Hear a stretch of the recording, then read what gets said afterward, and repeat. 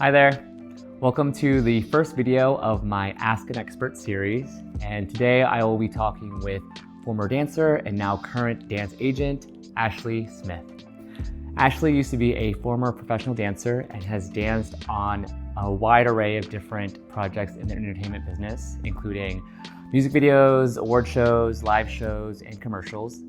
She's danced with major artists including Lady Gaga, Billie Eilish, J Balvin, and Mary J. Blige, just to name a few.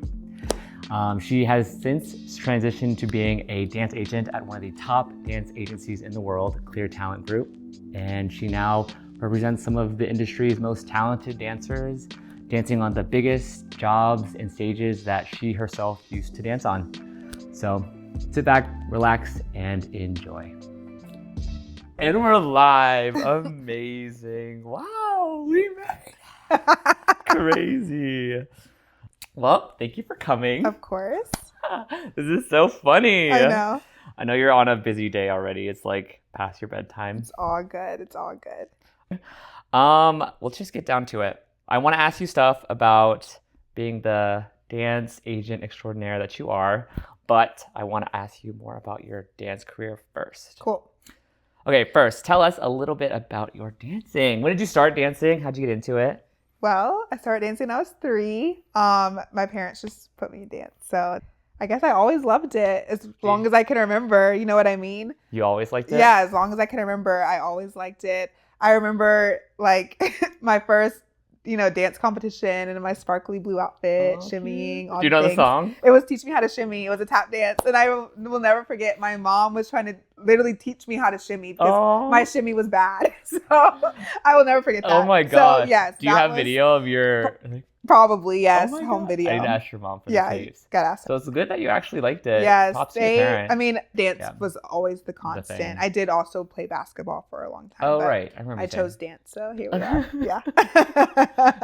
Honestly, I feel like your life would be so different if you had continued doing basketball. I always say that. I probably wouldn't know you. I would be a completely different person if I was a basketball player, but here we are. I wonder, were you good? I was so good. My dad and my brother literally cried the day that I was quit basketball. Like I had to focus on dance. Oh, you chose. You came at the crossroad. I came to the crossroad and I chose dance, and they were crushed. Because when was that? That had to be maybe 8th grade or so. Is that when you knew that you wanted to be a dancer? Or actually, no. I just knew at the time dance was gonna be my extracurricular activity. So. Did you ever feel like you were doing it too much, or you never got sick of it at all? No, I never got sick of it. My best friends were at dance. I was on the competition team. We traveled for conventions. Dance literally was my life. Every day after school? Yes, every day after school. And I loved it. I had no issues or qualms with it. So, yeah. I remember for me, I would have all my school friends, and then outside of school, I would have all my baseball friends or my tennis friends. Did you find that you like spending more time with your dance friends outside? Yes, 1000%. I would always say my dance friends are my best friends. And even when we weren't at dance, we would still hang out. That's who I would go to the mall with, or go to the movies with, or have sleepovers with, or whatever it is, all the girly things. Yeah. It would be with my dance friends. Yeah. So. And I feel like when I've heard you talk about your friends from home, from younger, but before college, they're always my dance friends. Yes. So I literally 24/7 with my dance friends. Okay. Because again, we all loved dance. You know what I mean? That was our life, other than going to school. So when did you decide then? So 8th grade, you left basketball behind, by basketball, by sports, just dancing. So when did you decide that you wanted to do the dance thing? Honestly, in college. I feel like freshman year I got to college, and I went to college at UNC. Shout out Carolina. Not to be a dancer. I went to college for the college experience. So you didn't go to university knowing that you weren't going to actually do the school thing. No, I had no idea. I went to do the college thing. Yeah, that was just the path I was on. I knew because I also went to performing arts high school, and that was more concert work, which is what a lot of colleges at the time were doing. I feel like a lot of colleges now have commercial tracks, but back in our day, they had a lot of concert work. I know. And I knew just for my performing arts high school, I was I don't love this side of dance. I don't need to be writing papers about dance. I'm not really into modern. So I knew, I was like, so I don't want to go to college for dance because I've seen what it looked like, and that wasn't my particular passion. Okay. So that's why I went to college not thinking about I'm going to pursue dance. Okay. I went just for the fun of college. Like I had other interests. You know what I mean? So when you went to college, did you think that you were done dancing? Yes. Oh. Not done as in like I'm never gonna do a two-step. But like your life as a dancer. Correct. To me, at that point, it was like dance was my hobby. Like, I'm always gonna be a dancer. But at that point, it was just a part of me. Like it's a hobby, something I'm good at. It's my talent. It's my passion. But now I'm in college to be a professional. So when you got to college, then what was the switch then when you wanted to do dancing after school? Yeah. So I got to college. We're all making our new friends freshman year, finding out like what clubs we want to be in. And I decided I was going to try out for Kamikaze, our hip hop dance team. That's where Shout out met. Kamikaze, where me and Charles met. And again, still for fun because again, dance was just my it was my fun hobby. Yeah. So again, it was just something to be a part of. And to be honest, I don't remember exactly where the switch was, but I would say maybe like sophomore. It had to have been, I guess, sophomore year where we were, again, I was back into the routine of dancing all the time with now my new dance friends on Kamikaze. And we were all pretty like-minded. We all loved dancing. We would session together.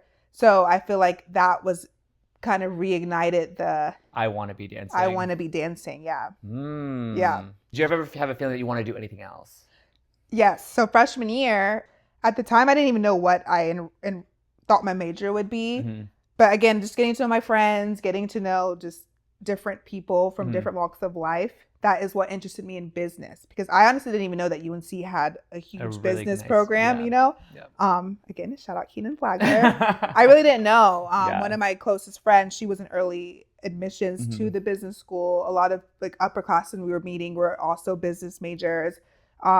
Another friend, their mom was huge in the corporate world. It was kind of a world I didn't know about. And to be quite honest, I just heard that people made a lot of money in the corporate world. And I was hearing that people leaving the business school were leaving with these, huge nice six-figure jobs. And so that's what I heard. So I was like, okay, cool. Did you have go a specific to job that you were looking at? Honestly, no. I just knew business school equaled success. That's just what I saw in my head.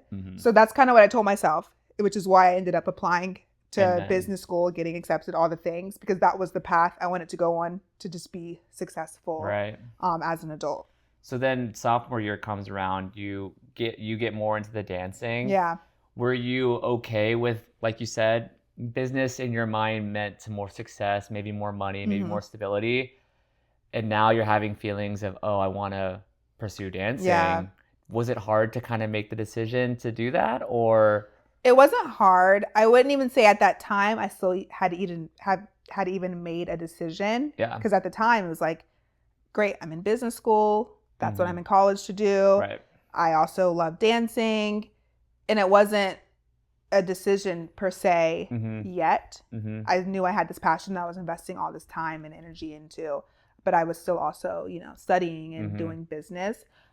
So I don't really know when the switch was. I do know junior year of college, I went to New York for the summer to do the BDC semester. And to be honest, it was after that, I'm pretty sure, where I said, no, after I graduate, I want to be a dancer. You want to do the dance thing. That is for sure when I knew that I want to pursue dance after graduation. That was into junior year? That was into senior year. Yeah, okay. Into senior year. So you weren't 100% until that I wasn't summer. 100%. I would rant, whenever I would watch award shows with my friends, I would always be like, I want to be on that stage. I do know that was something that was always in my head. Like, oh, I want to do that. I want to do that. Is there like an artist or a type of job that you wanted to do when you were younger? What is it? I want to dance for Rihanna so bad. And I actually, this is another core memory because it was while we were in college. I can't remember which award show it was, maybe the Billboards, but she was performing Bitch Better Have My Money. Oh, sorry for cursing. And she had on her green coat. And the dancers, was that with the helicopter? With the helicopter. I'm not kidding, that changed my life. And that was the moment where I was like, oh, I'm going to be a dancer because the dancers were so fly. It was so fire. Like that performance, I was like, oh, I have to be one of those girls. So that was the moment where I was like, I think I want to take do this serious because I know I can do that. You know what I mean? That's a good, I think that's a good aspirational artist to have too. Yes. So when you made the decision after junior year into senior year that you want to make the move to dance, were they okay with you not pursuing your professional career outside of dance? No, absolutely. That was never even a question. My parents, they've always said, you know, you can do whatever you want to do, but they wanted me to go to college, which that wasn't an argument because I also wanted to go to college. Right. So they were just like, after you have your degree, you can quite literally do whatever you want to do. So that was never an issue. And I think they knew as I was dancing so much still in college that that was a potential, you know, possibility for me. So it really wasn't a tough conversation. Right. So when you graduated, you moved out. We moved out together. Yes, we did. Disclaimer. Yes. But before you moved out, or I guess whenever you moved out, like, were you glad that you took the 4 years to do college, or were you did you feel like you kind of missed out on 4 years of potentially working as a dancer? Did you feel a little bit behind, or? Absolutely not. No? I still to this day, I loved college. That was the best 4 years of my life. Had the best experiences, met the best people there. I would never trade those 4 years for anything. And I'm very pro college. I preach all the time. So no, I don't feel like I missed out on anything. I personally feel like it gave me an advantage. You know what I mean? I was able to mature in a controlled environment. Yes, I was training, but we had so many resources. Choreographers came in. We still could travel to conventions. That's true. I don't feel like I missed out on anything. Obviously, I think that's one of the biggest questions young dancers have, or young artists in general, of like either pursuing more education in terms of college or pursuing their dreams of pursuing art. Yes. Do you recommend people kind of take the time to spend time in college first? Yeah, I mean, I always say, obviously, it's a very personal decision up to that person and their family and, you know, whatever their circumstances may be. And I know we all don't have the same resources, but personally speaking, yes, I do think college, it just provides structure that a lot of people at that age need. And again, it's just a good place to grow and figure it out. And you may come out of those 4 years not even wanting to do what you thought you wanted to do. Clearly. You know? Yeah. So it's like, it's this huge, in my opinion, developmental years. It's a good place to learn. It's a good bubble to learn in without, you know, messing anything. Without too like high of stakes. Yes. You know what I mean? Yes. Because say you just moved out at 18 and you're out just in the real world. You're so young. Yeah. It's hard. It's hard. Yeah. I feel like you're more prone to mess up. Yes. And those mess ups, you're just so young. Yes. And people can take advantage. Yes. And those are important years. So, yeah. Okay. So fast forward to after senior year now, you moved out. It was very different dance era than it is now. What would you say is the biggest difference that you see now? In terms of the dance industry versus how it was before? There's definitely a few differences. I would say we grew up during like the YouTube era of dance. That's true. Which I believe really pushed dance forward because people all over are watching these YouTube videos. Honestly, that's, you know, so what I mean? Like, we would study those videos. Everyone, like all the choreographers were teaching class still. Millennium was this, you know, this huge goal thing. We all wanted to go, you know, be a part of these videos and train at that studio.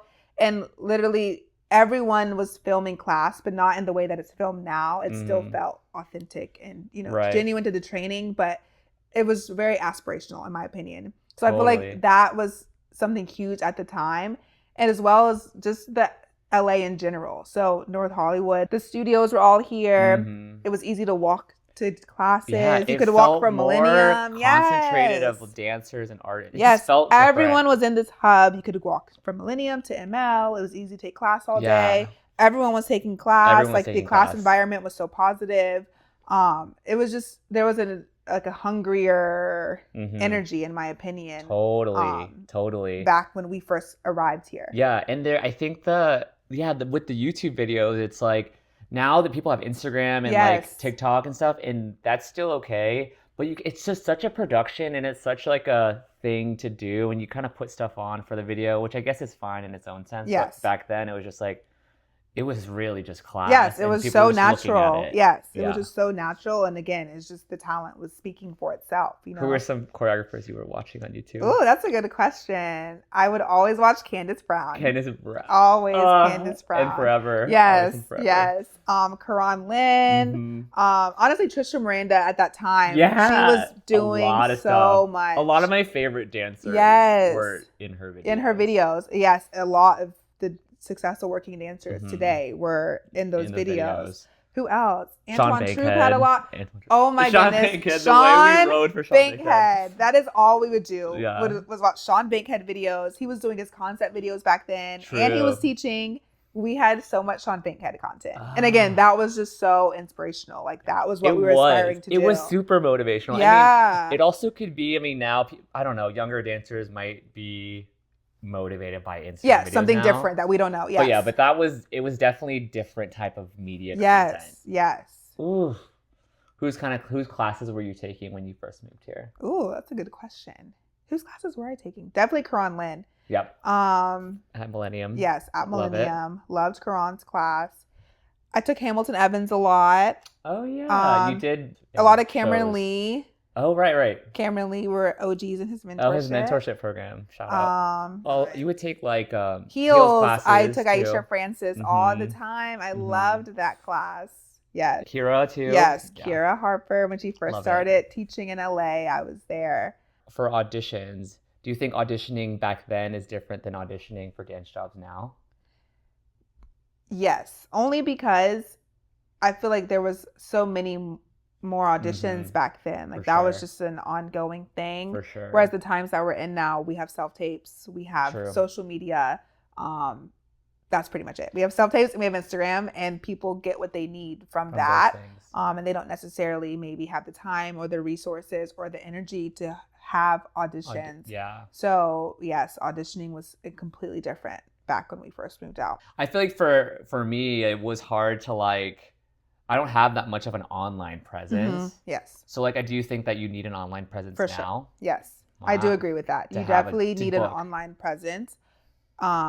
Yes, just for visibility purposes and because people are going to your social medias for booking purposes, whether you love it or hate it. That's just where the industry is now. Right. So yes, an online presence is important, but not even, we always say you don't need to be posting 24/7 all the time. It's posting intentionally, and it's also pinning the right post to the top of your page. Right. So accessible. Yes. So where it's someone goes to your page, they see what they need to see and they can move on. So it's all in the way that you do it. But yes, social media is important. Okay. Yeah.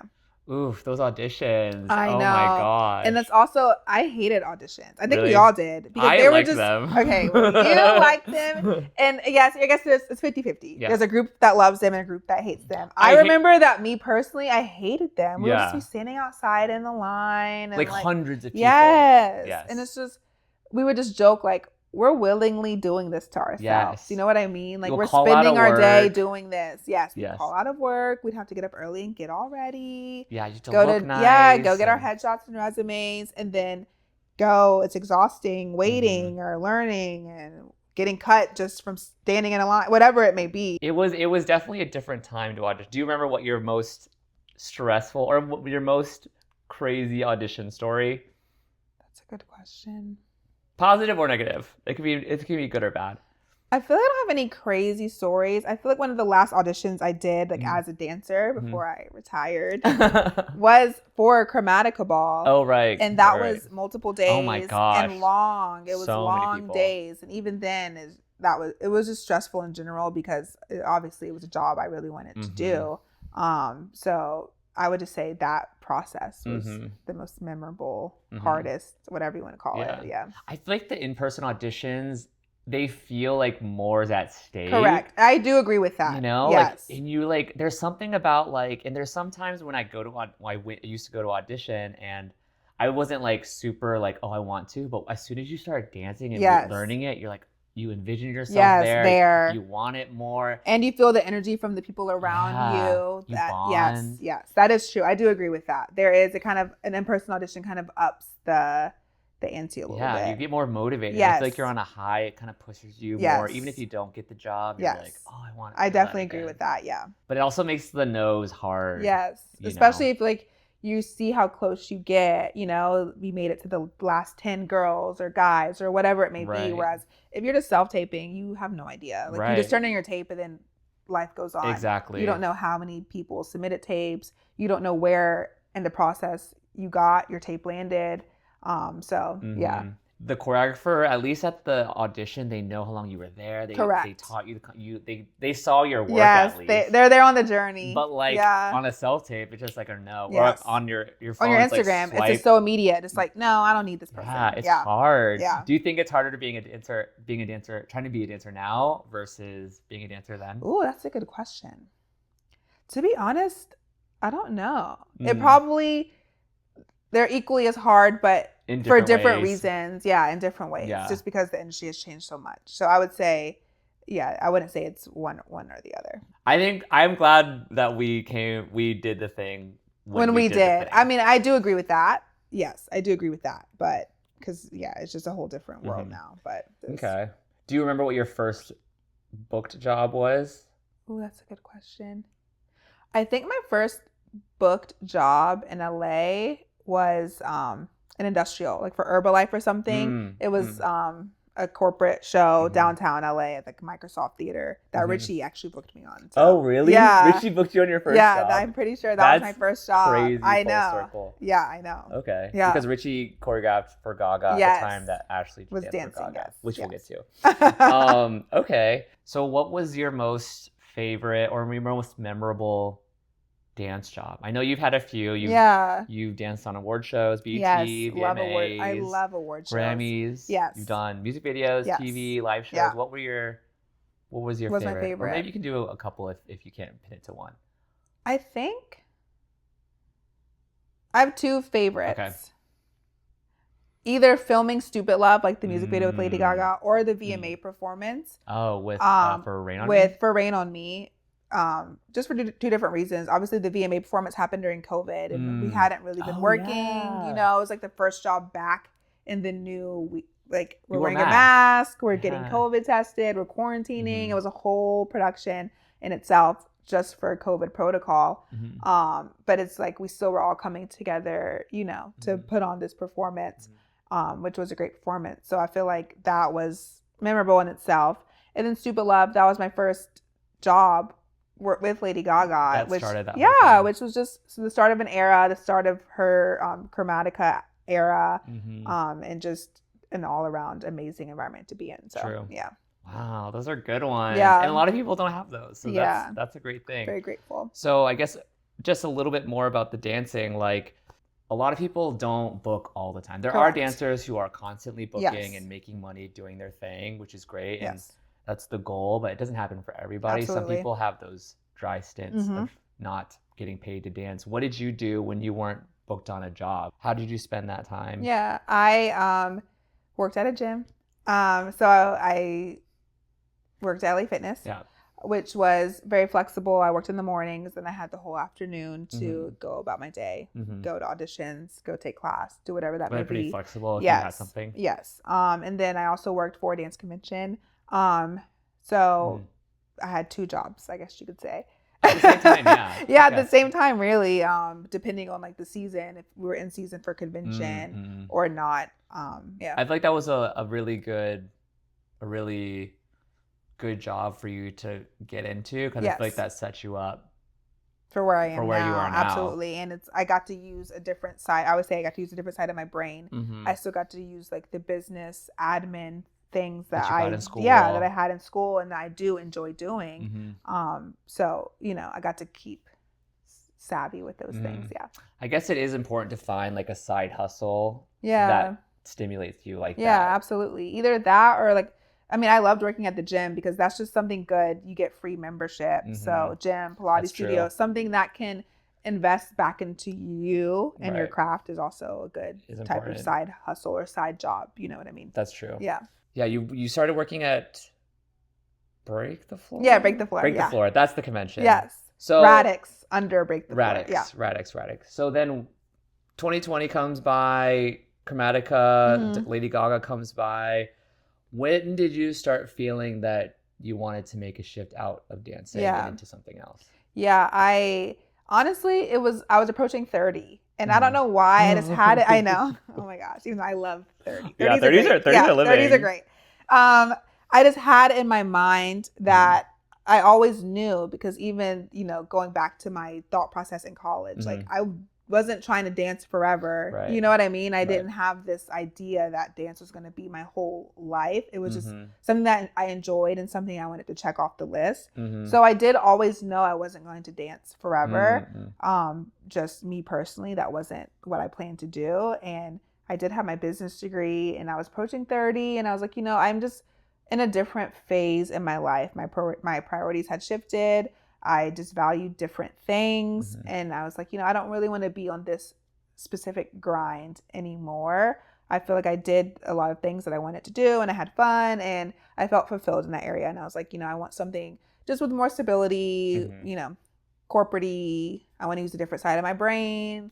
I went to college. So I'm like, I think this is just a good time to make that transition. Yeah. So that's really all it was. So how did the working at the gym, working at Radix conventions, how did that lead to Clear Talent Group where you're at now? So honestly, I always say, which is the truth, the opportunity to work at Clear quite literally fell into my lap. I was starting the job search, I'm just thinking like, what I want to do, where do I want to apply to, just applying to different sorts of jobs. And my convention manager that I worked with at Radix, randomly, I was in Thailand. I was in Thailand with my best friends. I know, which is so funny. I was in Thailand with my best friends for one of my friends' 30th birthdays. And she texted me when I was in Thailand, and I had just had a conversation at the pool with my friends about my job search, and I'm ready for something different, and, talking about what I want to do. And then she texts me, and she's just like, hey, like, do you have interest in being an agent? And I was like, what are you saying? And she was like, oh, like, Misha, who I work with now, has reached out to me, like, there's an opening at Clear, but I don't want this job. I feel like you would be perfect for this job. Like, are you interested? And I was like, to be honest, yeah, like that sounds like a natural progression. I'm interested in hearing more information about the job. And it kind of just went from there. So it did. It quite literally just fell into my lap, which is just another thing, I guess, like your network and who you know is important, because, working at the dance convention, obviously agents come all the time. They come every summer. They come do seminars, Q&As, all of that. True. So that's where, they had formed the connection with our convention manager, Lucy. So it's just timing, honestly. Wow, yeah, that's crazy. And who would have thought you would have that truly, because that wasn't on my mind. Do you know what I mean? That was not on my mind at all. But again, it was presented to me, and then that's where I was like, you know what? Maybe I should go down this path that was presented to me. So the job at Clear then, this was what, 2021? 2020. 23? 22? What year are we in? 2022, I think. Okay, 2022. Yes, 2022. Okay, so then when you got the job, was there a room for you to still dance a little bit, or you were just fully done with it? Fully done with it. That is part of obviously working at the agency, because it would be a conflict of interest if I was still pursuing, dance. The art form, the other things. Yes. So that was, a stipulation that they had to make sure when I was interviewing for the position, like, just to be sure, you're done dancing. And I'm like, no, trust and believe. I'm done dancing. Yeah. Were you sad? Is it sad? No. And I always tell people that, because when people ask me like, oh, do you miss dancing? And I say no. And I genuinely mean it. And I think that's how I knew I wasn't sad having to be like, yeah, I'm done dancing. Like, I felt fulfilled. I genuinely felt fulfilled in that area. So it was not even a second thought to, give it up. Yeah. Wow. Which is just, like I said, it's how I knew I was making the right decision. Yeah. Wow. And I feel like you had a pretty full, career leading up to 2022. Yes. And it's like, you did the things. I did the things I wanted to do. And like I said, I was just in such a different place where I had different priorities that are more important to me. So what if Rihanna called you right now? Oh my goodness. It was like, I know. I need a dancer. Can you dance for me? It's all right. It's all right. Dang. Okay, so you're done. I'll just enjoy being an audience member. Being an audience member is just as fun. Don't get me wrong. You know, we love concerts. Okay. So. Wow. Yeah. Okay. Okay, so now you're into the dance agency world, no longer working as a dancer. What if someone who doesn't know what a talent agent does, what is your blurb to them if someone's like, what do you do? Mm-hmm. What's that short thing that you say what you do as a talent agent? Yeah, it's such a loaded question because we do so much. And to be honest, it changes on the daily. But I guess the short answer is, we represent our clients. We pitch them out. We get them auditions. We help them throughout the process of auditioning or self-taping, getting placed on an avail, booking a job. And then, we're there to negotiate the contract, negotiate the terms, and also help them if there's any issues on the job, just kind of be that liaison and voice for them between themselves and production, or themselves and the tour manager, or whatever it needs to be. We kind of help bridge that gap to make sure things go as smoothly as possible. Yeah. And then repeat. Yeah. Okay. Yeah. Okay, so I want to clarify those steps a little bit. Yes. So say, okay, you get a job, you're working at your desk, you come by an email or whatever, you get a job that someone wants you to give dancers for. Yes. So you have to select who you have. Yeah, so let's break it down. We get a breakdown from a casting director or a choreographer that says, I'm looking for female dancers who are between 5'3" and 5'7" who are POC. Let's say we get that. Yep. And these are the work dates. So then, we go through, we see who we have that are POC, 5'3" to 5'7", and who are available during those work dates. And then we just kind of go from there. We submit them. You're going through people's headshots? Yeah, we're going through their casting profiles to make a package and submit them from there. We tailor their photos, as photos are important, as we all know, to whatever the vibe may be. If we know this choreographer personally and we know like what they like, or if we know the job, say we know it's for a specific artist, then we tailor the photos to that, and then we send it on its merry way. And that's kind of the first initial step. Yeah. Here's who we think you should book. Yeah. For one of your dancers, or for any dancers, like, you want that headshot to be something that draws attention, because that's what you see first. Correct. Right. Yeah. And also in today's age, their Instagrams are attached to every submission as well. So a lot of times the choreographer or casting director can just go search their Instagram as well. Yeah. Okay. Are reels like a thing anymore? Like, they are. Giving a reel? No, they are. And depending on the job, we'll select whatever footage or reel they have uploaded on their casting site as well. Okay. We try and give as much material as we have to the hiring entity. Yeah. So then they get the list of the people. They send you a list back who wants to audition. They go to the audition. You said you take care of the contracts once they book the job. Correct. You're helping them along the way with the job, talking to production as well. In terms of after the job is done, are you dealing with the contract after that? Like, do you have to deal with the payments? Do you have to seek out the payments? Do you pay the dancer? Or I guess, honestly, one of the most important things is tracking money, getting the payments for our dancers. So yes, we do the invoicing, or depending on the company, we don't have to go into all the details, but yes, we do handle like the invoicing or the payroll or however that works. And make sure it's coming on time, tracking it down, doing whatever we need to do to get our clients paid. Yes, absolutely. So you're doing a lot. We're doing a lot. Yeah, it's really like we're seeing it from start to finish. It's not finished until it's been paid, Yeah. And your dancers are still contacting you even if they're on the job? They're still using you? Yeah, if there's an issue on set or anything like that, at least we really believe that we are there to provide a service, and if our clients need us, then that is our job. They'll go to you. Yes. Yeah. So if they have a problem on set, they'll come to you. Yeah. Depending on, what it may be. Okay. I have a story. So basically, I remember I was at Millennium a long time ago, old Millennium, and I was waiting for class. And young dancer, I was young, and I was listening to two other dancers talking. I don't know who they were. And they were talking about their agents and how, this one guy, he fired his agent because the past jobs he's been getting he's been getting them himself. Mhm. He does freestyling and like he can get those jobs on his own. Why should he cut out, the agent? Because the agent gets a percentage fee of the dancer's check. Yes. And he was like, I don't want to be cutting my agent a check if they're not getting me the job. So I fired them. Yeah. Which I thought was crazy at the time. Because I'm like, what if like what about all the other jobs that you don't know about that you can't get yourself? Yeah. Or like, I'm sure you do, but do you think having an agent's necessary to do work in the entertainment industry? Yeah. And I do think that is, like, I'm sure you heard that conversation, like 10 years ago? 10 years ago. And it is still a very prevalent, ongoing conversation. About needing an agent or not? No, absolutely. Because yes, there are times where people are approached on their own for a job, or they have this connection, or whatever it may be.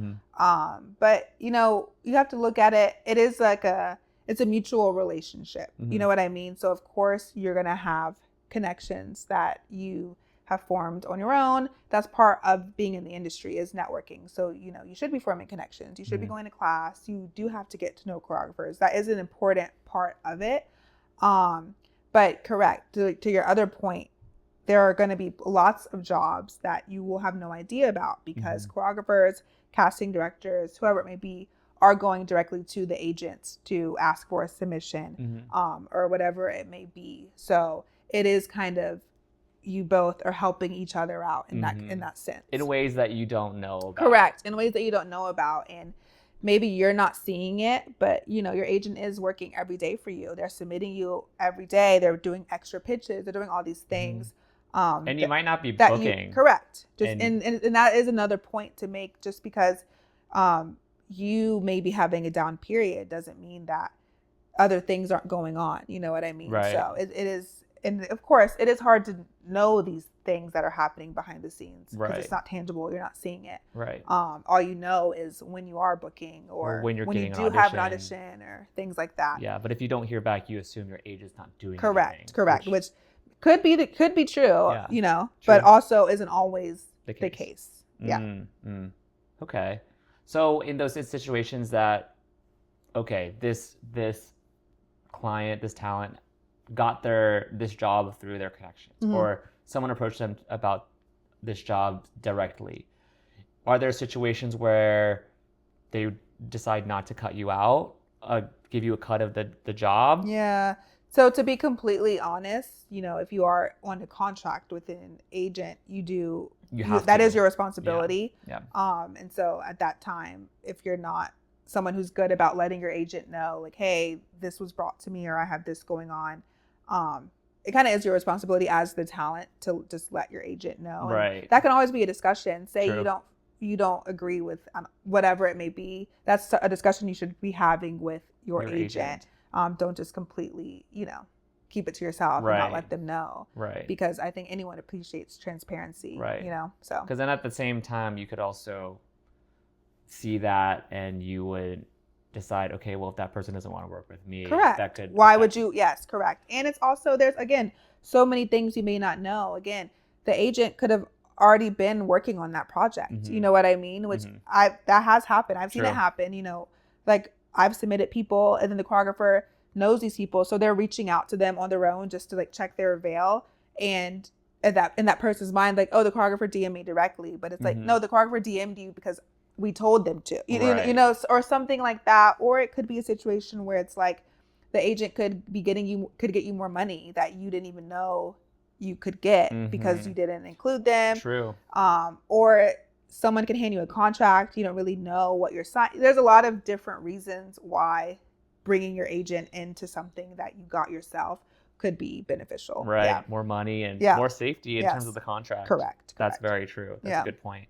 So I know back when we were dancing, like the audition, like trying to get an agent was a ordeal. Yes. Casting call, like cattle calls in person, Yes. hundreds of people at these things, just living their lives dancing in person. But how is getting an agent now if those in-person things aren't happening? Do you still have in-person auditions for representation, or do you only take online submissions? So we do not do in-person auditions anymore. And That's crazy. I don't think any of the agencies do.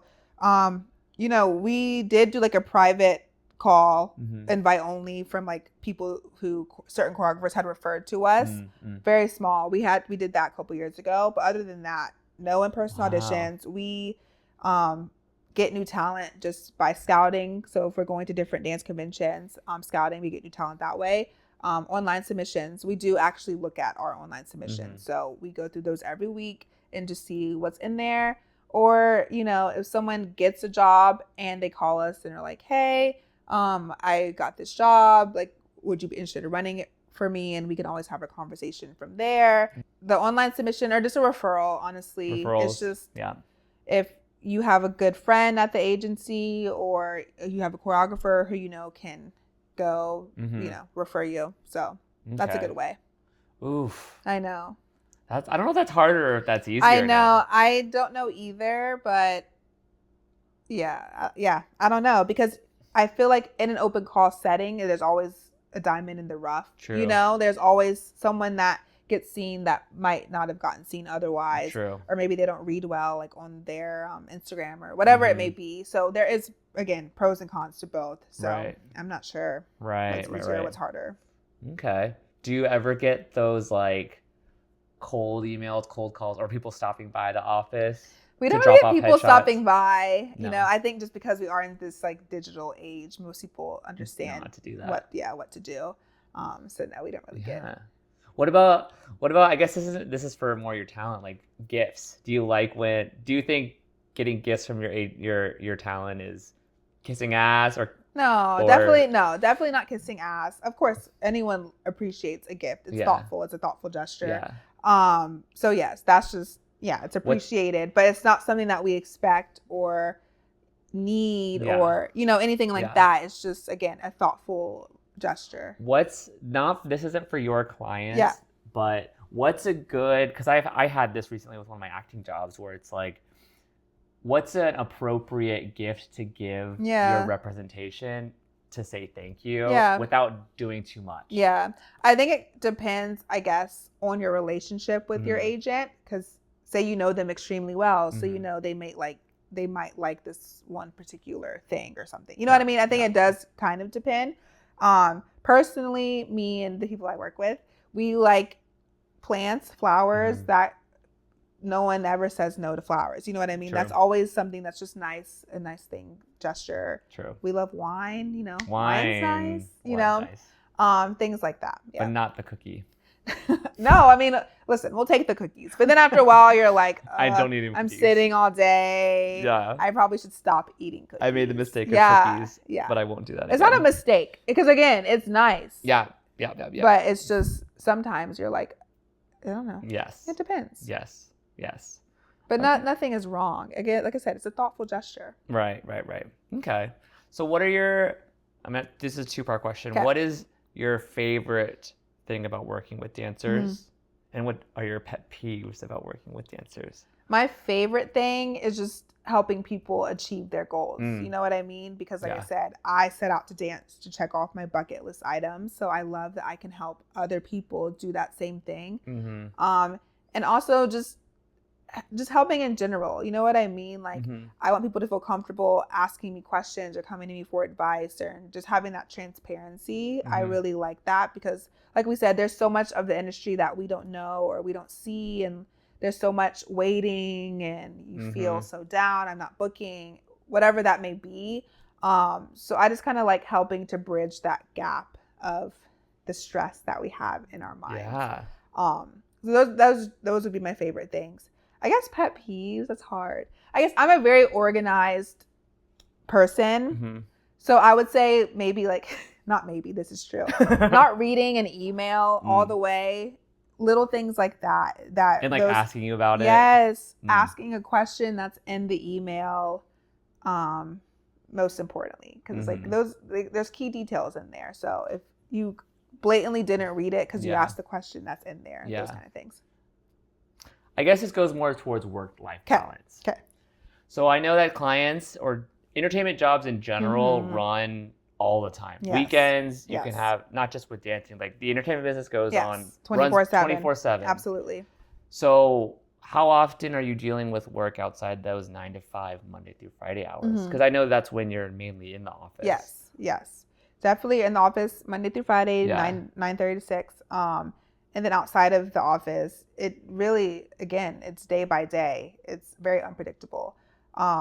Depending on what jobs are going on, what season we're in. If someone's currently on a job and they have an emergency or they need something, it really does just depend. But I would just sum it up by saying there are a lot of outside the typical 9 to 5 hours required. Yeah. Okay. Yeah. So if you're a dancer and you have an agent and you want to get in touch with them outside of those 9 to 5 hours, do you think would you rather an email? Are people okay to text you? Are your clients okay to text you when they need something? Are they okay to call you outside those hours? We at my agency, we pride ourselves on communication and having the open communication. And our clients feel comfortable coming to us. So we try not to have, the rules and regulations on there. But yes, there are, I feel like, common courtesy type of things you can kind of go off of. So let's say if you're not currently on a job, it's probably not an emergency. You probably don't need to be calling or texting. You know what I mean? Like that could probably be an email and we'll get back to you the next day in the office. It's kind of those type of thoughts. But if you're on the job. Yeah, is this an emergency? Kind of having that thought in your process before sending the message. Yeah. Oh, that's hard. Working all the time. I know. Oh my goodness. Oh my goodness. Is there any other advice that you'd want to give to a dancer or maybe an artist? Doesn't have to be a dancer who wants to move out to LA or to New York or wherever to pursue their dance things or their artistic pursuits. Do you have any advice? Yeah. I would say do your research. I would say that is so, so important. Don't just move out on a whim and say, let's just see what happens. I mean, great, do that. Be carefree. But just do your research. You know what I mean? Know what jobs you want to do.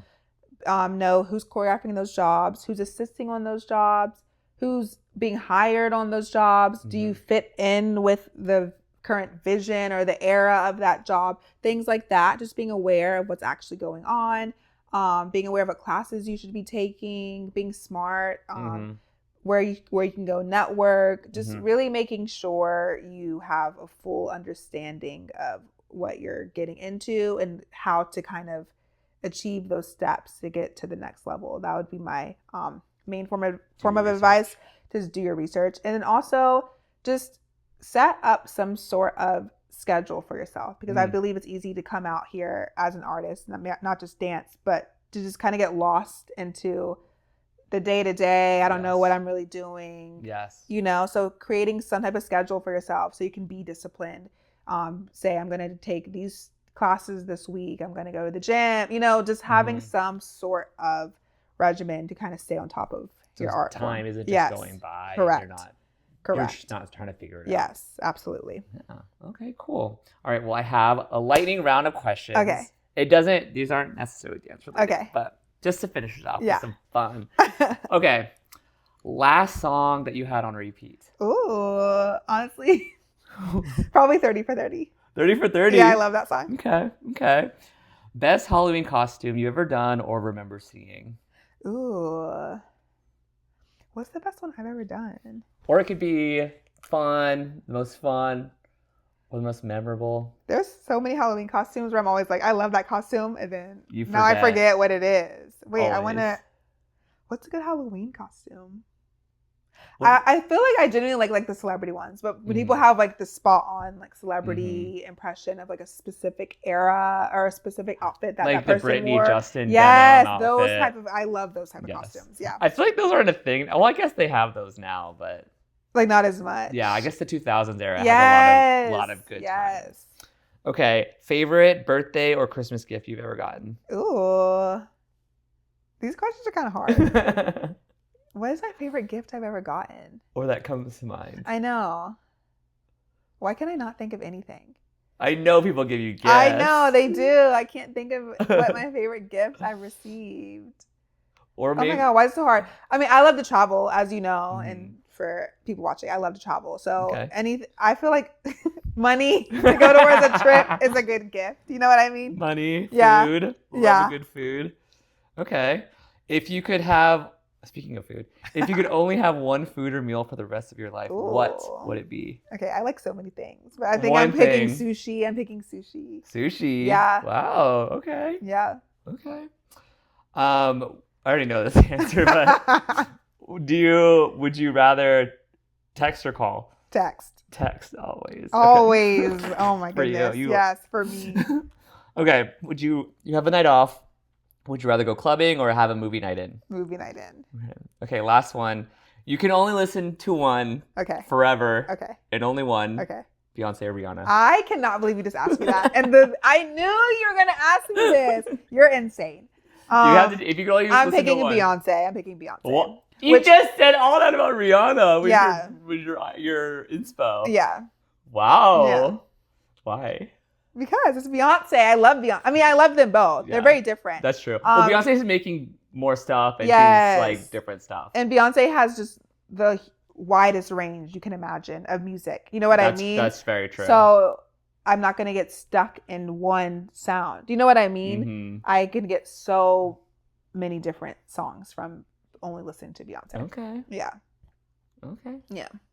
Wow. Okay. Well, thank you so much. Of course. Wow. Thanks for having me. You're my first guest. So what an honor it's been for honored. both of us, I'm sure. Yes. Well, thank you so much. Of course. I would say, where can people find you? But I know you don't want that. So Stop. thank you so much.